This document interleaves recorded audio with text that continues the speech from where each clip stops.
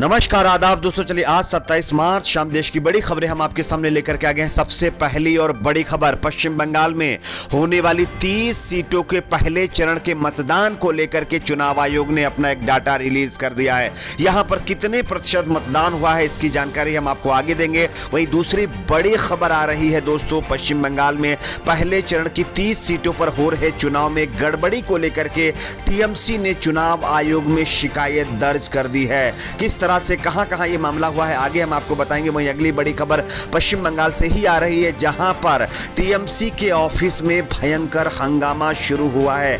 किस तरह से इसकी भी हम आगे आपको अपडेट देंगे। वहीं अगली बड़ी खबर, प्रधानमंत्री नरेंद्र मोदी के बांग्लादेश दौरे को लेकर के बांग्लादेश के अंदर अब विरोध प्रदर्शन तेज होने लगे हैं, जिसको लेकर के पुलिस कार्रवाई पर कई लोग खबर आ रही है। किस तरह से इसकी भी हम आपको आगे इंफॉर्मेशन देंगे। वहीं अगली बड़ी खबर, देश में बढ़ते कोरोना संक्रमण को लेकर के गृह मंत्रालय की तरफ से नई गाइडलाइन जारी कर दी गई हैं। इस गाइडलाइन के अंदर कई राज्यों में बहुत सारे और प्रतिबंध लगा दिए गए हैं, इस पर हम आपको अपडेट देंगे। वहीं अगली बड़ी खबर, बांग्लादेश दौरे पर देश के प्रधानमंत्री की एक तस्वीर को लेकर के नया विवाद शुरू हो गया है। क्या है पूरा मामला, हम आपको इसकी भी जानकारी देंगे। वहीं अगली बड़ी खबर, बॉलीवुड से बॉलीवुड के दिग्गज एक्टर परेश रावल और बीजेपी नेता को लेकर के हॉस्पिटल से एक बड़ी खबर सामने आ रही है। वहीं अगली बड़ी खबर, बैंक्स को लेकर के, अगर आप भी बैंक में आपका कोई काम है तो इस वीडियो को जरा गौर से देखिए। आने वाले कई दिनों में बैंक बंद रहने वाले हैं।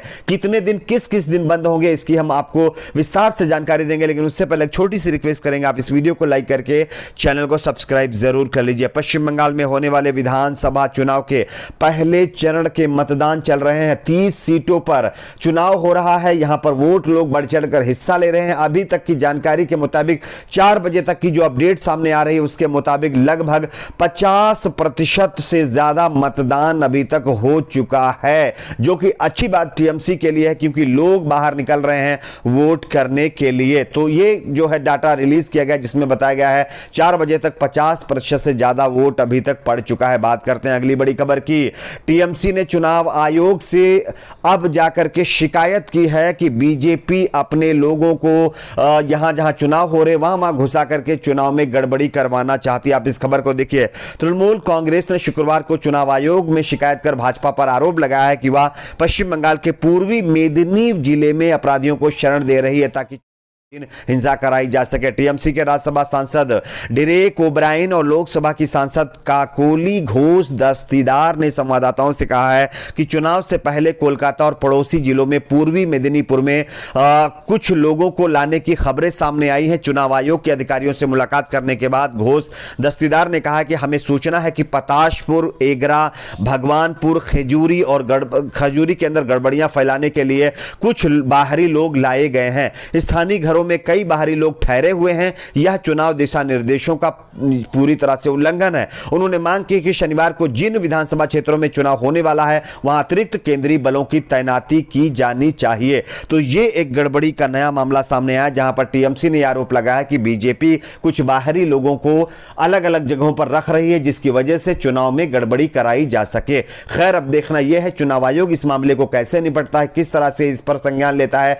लेकिन यह एक बड़ी खबर सामने आई है। बात करते हैं अगली बड़ी खबर की। पश्चिम बंगाल से ही आ रही है, जहां पर वोटिंग के दिन ही टीएमसी दफ्तर में हंगामा हुआ है। आप इस खबर को देखिए। पश्चिम बंगाल में पहले चरण के लिए 27 यानी आज विधानसभा की 30 सीटों पर होने वाले चुनाव की वोटिंग के दौरान एक बड़ा मामला सामने आया है। वोटिंग से एक दिन पहले शुक्रवार की रात की जानकारी मिल रही है कि टीएमसी दफ्तर में 3 लोग घायल हो गए हैं। या कोटुलपुर विधानसभा क्षेत्र के अंतर्गत आने वाले बांकुड़ा के जोयपुर के तृणमूल कांग्रेस दफ्तर में हुआ है। बताया जा रहा है कि यहां पर इस मामले में 3 लोग जो है इंजर्ड, जबकि किसी के हताहत होने की खबर नहीं है। आप सभी जानते हैं कि इस तरह की घटना लगातार जो है पश्चिम बंगाल में देखने को मिल रही। पश्चिम बंगाल से एक और खबर है, यहां पर बताया जा रहा है कि बीजेपी का हो गई है। इसको भी किस तरह से क्या क्या इसके साथ हुआ इसकी अभी पुष्टि नहीं की गई है, लेकिन दोनों तरफ से मामला काफी गंभीर बताया जा रहा है। टीएमसी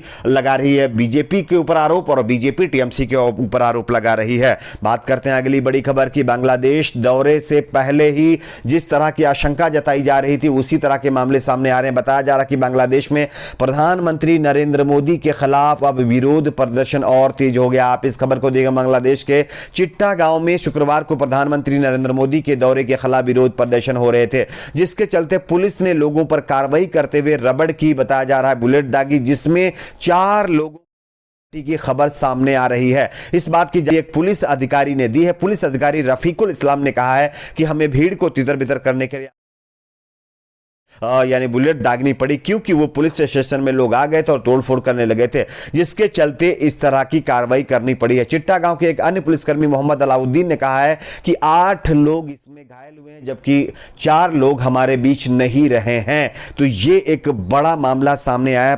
पश्चिम बंगाल के चुनाव जहां एक तरफ है, वहीं दूसरी तरफ देश के प्रधानमंत्री बांग्लादेश पहुंच गए हैं और बांग्लादेश के उनके दौरे का वहां की जनता लगातार विरोध कर रही है। खैर, सरकार वहां की, आपको पता होगा कि काफी अच्छी तरह से देश के प्रधानमंत्री का स्वागत किया। शेख हसीना उनको रिसीव करने के लिए एयरपोर्ट पहुंची, लेकिन आवाम जिस तरह से तमाम मामले को लेकर के नाराज है, इस पर देखना यह होगा कि बांग्लादेश की सरकार किस तरह से निपटती है। बात करते हैं अगली बड़ी खबर की। कोरोना की दूसरी लहर पूरे देश में फैलती जा रही, जिसके चलते अब केंद्र गृह मंत्रालय की तरफ से नई गाइडलाइन जारी कर दी गई हैं। केंद्रीय गृह सचिव अजय भल्ला ने सभी राज्यों और केंद्र शासित प्रदेशों को आगामी त्योहारों के मद्देनजर कोरोना के लिए आवश्यक उपाय अपनाने को लेकर के पत्र लिखकर नई गाइडलाइन जारी कर दी है। अधिकारी बताया जा रहा है कि जो नए दिशा निर्देश जारी किए गए इसका सख्ती से पालन कराएं। इसमें सार्वजनिक स्थलों पर किसी तरह के कार्यक्रम की यानी कि अनुमति नहीं है। उन्होंने कहा है कि त्योहारों को देखते हुए राज्य सरकारों को इस अवधि के दौरान भीड़ को नियंत्रित करने के लिए आवश्यक कदम उठाने चाहिए। होली है, उसके बाद रमजान है और ईद है। इन सारी चीजों को देखते हुए कहीं भी किसी तरह की लापरवाही नहीं बरती जानी चाहिए। लोगों को फेस मास्क लगाने की बात कही गई है, शारीरिक दूरी का पालन करने की बात कही गई है, साथ ही साथ कोरोना प्रोटोकॉल फॉलो करने के लिए सख्ती से अब नियम बनाए गए और इस पर अमल करने की हिदायत भी दे दी गई है, जिसके चलते कई जगहों पर नाइट कर्फ्यू भी लगा दिया गया है। कई जगहों पर जो है पुलिस की तैनाती भी कर दी गई है। बात करते हैं अगली बड़ी खबर की। बांग्लादेश के युवाओं के बीच देश के प्रधानमंत्री की एक तस्वीर को लेकर के नया विवाद शुरू हो गया है। आप इस तस्वीर को देखिए। प्रधानमंत्री मोदी बांग्लादेश के 2 दिवसीय दौरे पर है। बांग्लादेश के 50वें नेशनल डे के मौके पर पीएम मोदी बंग बंधु इंटरनेशनल कॉन्फ्रेंस सेंटर भी गए। इस दौरान उनके साथ बांग्लादेश के प्रधानमंत्री शेख हसीना भी मौजूद थी। साथ ही पीएम बांग्लादेश में स्वाधीनता सेनानियों और कुछ बांग्लादेशियों युवाओं यंग अचीवर्स से भी मिले। इस दौरान की एक तस्वीर सामने आई जिसमें पीएम मोदी ना तो मास्क पहने हुए हैं और ना ही उनमें उनसे मिलने वालों में से किसी ने मास्क पहना है। पीएम मोदी के मास्क ना पहनने पर कई सोशल मीडिया यूजर्स ने जमकर सवाल खड़े किए हैं और लोगों ने कहा है कि अगर देश के प्रधानमंत्री इस तरह से बिना मास्क लोगों के साथ पेश आएंगे, लोगों के साथ हाथ मिलाएंगे, उनसे मिलेंगे, तो आखिर कोरोना हो गया तो आगे क्या होगा।